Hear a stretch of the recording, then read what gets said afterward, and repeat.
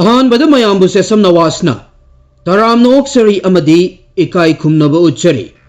ngasisu mayamgidamak anoba wari amakak puduna laksari ngasigi wari asidi India dagi lairik makha tamba chatkhibi nupi amada thokhiba yamna nungaitaba Thwdok amada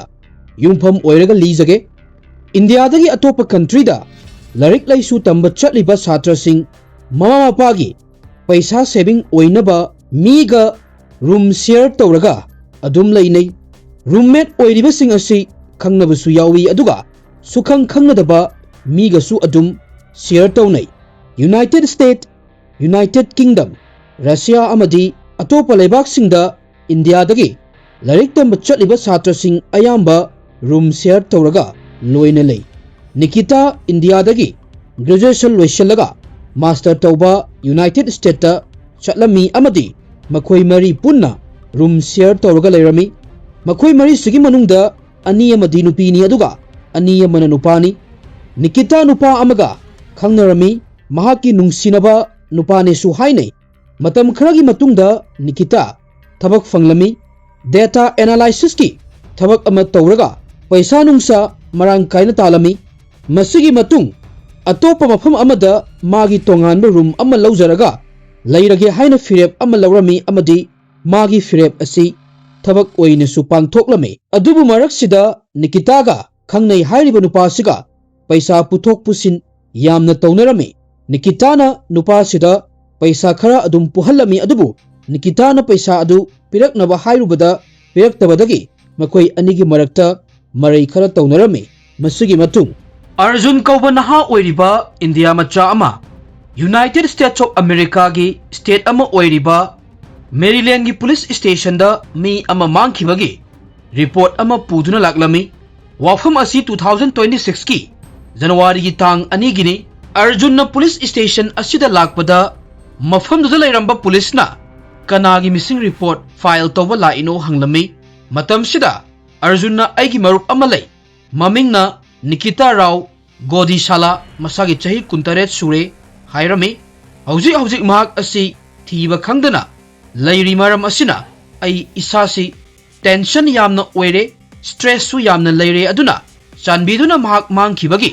report amatang file tobiyu aduga mahak pu yamna thuna tvu hairami matam sida police na Arjunda nangi wakalda Nikita mangkhre haibasi karigi khallino hanglami matam sida Arjunna haukiba numit nini humni dagi Nikita da phone tawi paikhalakte magi laifam da su chatlure adubu mahak ti lairamde amasung manak nakpada laiba mamanabi sing da su hangure adubu makoi kana amatana Nikita gi maramda khangba leite hairami maramasina aigi awabasi yengbiraga mahak pu yamna thuna tvu hairami police na Nikita gi amadi Arjun gi details loinamak lawraga missing report ama file tawraga yamna thuna case asigi matangda investigate tawge hairami matang asida yamna chawba twist amakhak laklami madudi Arjun na 2026 ki January gi tang anida Nikita mangkhibagi missing report ama file tawramaga Arjun masadi January gi tang anigi nubidang simaktada flight ta US tagi India da halaklami India da lakpagi mawong sisu ahanbada Amritsar airport ta thunglami masagi matung Chandigarh da chatlami Chandigarh dagi amuk Tamil Nadu da chatlami matang asida wahang amakhak thoraklami madudi Arjun na mahaki marup Nikita mangkhi haibagi yamna thawai wajaraga karigidamak India da yamna thuna chalaklibano karigidamak US ta leiraga magi marup fangnaba thibada police ki mateng pangduna mafhamduda leitribano Arjun hairiba nupa asi kanano amadi Arjun ga Nikita ga kari mari lainai amadi hauzik Nikita gi filmna karino haibadu amuk khangminasi report amagi matung inna Arjun amadi Nikita nungsinaba girlfriend boyfriend ni haina palli adubu confirm de natte confirm oidri haina aina haizabagi maramdi makata ba warida mayamna adum khanglakani Arjun amadi Nikita yum amada punna lay mafam sida layraga magi mathau tawnaduna lay haukiba chahi kharadagi makhoi ani yum amada punna layrakhibani adubu 2025 ki 31 December gi evening da Nikita mayumda call tauruktuna mayumgi misingda Happy New Year gi wish pirami masigi matung Nikita gi phone asi switch off oikirami. Nikita gi parents Hyderabad tagini makoina machanupi da call taurami message tharami adubu Nikita gi maikai dagi kaigumba response amata laklamde. Adubu mama mapa na New Year gi machanupi koi balangba togduna lairamgani marup mapang singa party togduna lairamgani loiraga maraina call tawzarakani khalame. Adubu masigi matung numit nini lairaga Arjun police ki manakta laktuna Nikita mafam khangdana mangkhre haiduna missing report ama file tawrami. Missing report asigi makhata ba police na investigate tawbada khangba ngamlami madudi Nikita gi marup mapang maga close oina tinnaba miyoi singna Nikita bu aroi bu oina 31 December 2025 ki numidang da urami masigi matung kanana sun Nikita bu uramde nakalamorom dana Nikita ga thabak tominaba kalik mayamsu tension leirami maramdi mamang de Nikita kanagumba amada karimata hairamdana mafam amada chatpa khotpa tawkhiba leite. Ahan bada police na Nikita Maryland dagi atopa mafam amada shift tawkhiba malami amadi Nikita gi marup singna social media da Nikita bu thibada mateng pangbinaba haijabagi post ama thagatlami amasung kaigumba Nikita masana post asi uba taragadi nang mafam sida tekta kaidana lei haibadu pau phawir o hairami maramdi India da nangi parents sing pau phawnadabadagi yamna wakhal warga lei amadi nangi marup singsu nangi damak wakhal waduna lei hairami. Matam sida Nikita gi cousin ama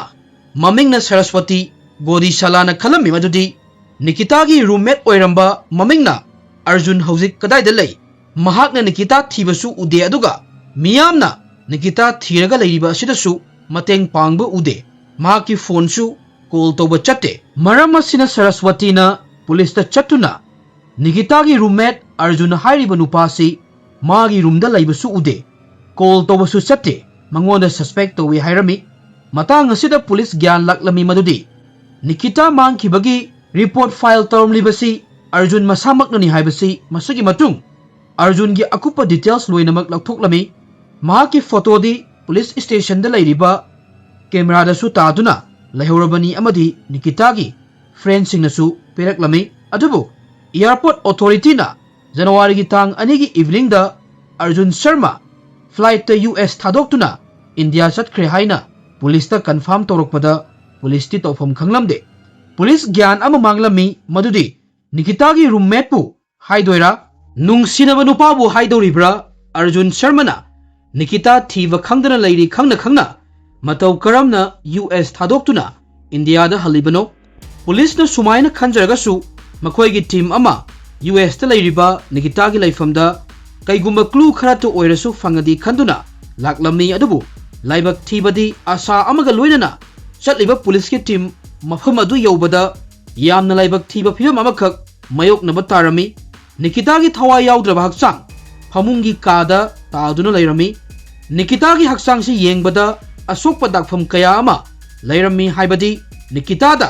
thangna thinkibagi asokpa kaya ama lei haibani. Haujikti police na Nikita gi case asi missing case natte haiba khanglami. Kanagumba mana mahakpu tamthina hatpirambani. Nikita gi cousin Saraswati na police na case asigi investigate tawbada pangba yaba mateng panglami. Police na Saraswati da Nikita gi mihat asi Arjun Sharma na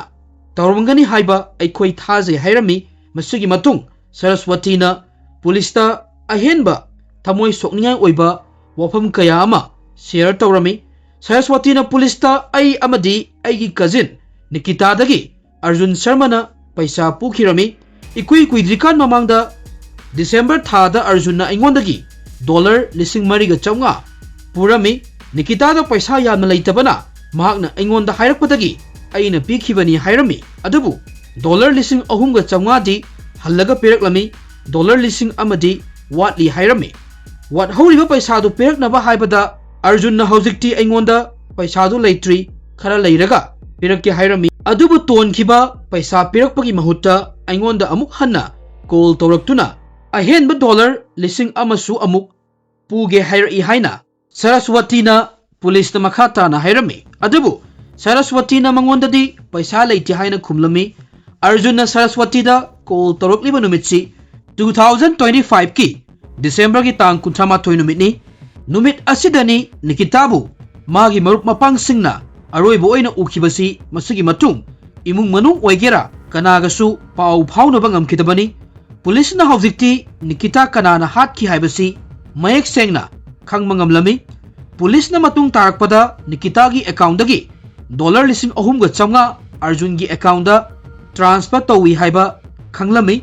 police na khangmangam lami madudi paisa gi matang da Arjun Sharma na Nikita bu hatlamaga India da chenkibani haibasi Nikita amadi Arjun gi marisi boyfriend girlfriend ni haiba karigi yadribano kaigino harigadi Nikita gi mapa Ananna TV channel amada machanupi Nikita gi misi asigi achumba whale bibi naba India langakta haizarami amadi makata na channel asida mapana yamna mayek sengna Nikita amadi Arjun nungsinaba boyfriend girlfriend natte hairami makoi ani chumnagi roommate oiba khaktani roommate haibasida room amada pulap laiminaba natteko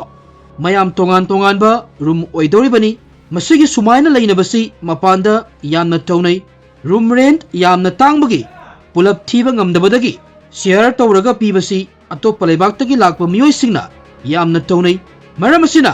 aigi ichanupibu magi nungsinaba nupana hatli haibasi sukai haibiganu hairami mapana makhatana Arjun Sharma bu yamna thuna phabiraga machanupigi misi asigi makhataba kamaina karigi hatlino thidokpada mateng pangbiu hairami